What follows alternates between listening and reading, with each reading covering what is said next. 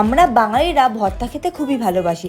একবার এইভাবে ঢ্যাঁড়সের ভর্তা বানিয়ে দেখো। একবার বানালে বাড়ির সকলে বারবার বানাতে বলবে। কড়াইতে তেল গরম করে দিয়ে দিয়েছি রসুন আর টমেটো দিয়ে ভালো করে ভেজে নিতে হবে। ঢ্যাঁড়সগুলোকে এইভাবে কেটে আমি দিয়ে দিয়েছি আর দিয়ে দিয়েছি কাঁচা লঙ্কা। ভালো করে ভেজে নিতে হবে। ভাজা হয়ে গেলে একটা মিক্সি জারের মধ্যে একটা পেস্ট বানিয়ে নিতে হবে। পেস্টটা হয়ে গেছে দেখো।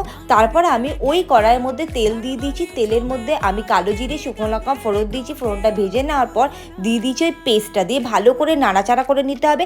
একটা প্যানের মধ্যে তেল গরম করে আমি পেঁয়াজ কুচি দিয়ে দিয়েছি। পেঁয়াজটাকে ভালো করে ভেজে পেঁয়াজ ভাজা সমেত ওই তেলটা ওই ঢ্যাঁড়সের মধ্যে দিয়ে ভালো করে কষাতে হবে। পরিমাণ মতো নুন আর হলুদ গুঁড়ো দিয়েছি। ভালো করে কষাতে হবে, যতক্ষণ না হরহরে ভাবটা না যায় ততক্ষণ পর্যন্ত কষিয়ে নিতে হবে।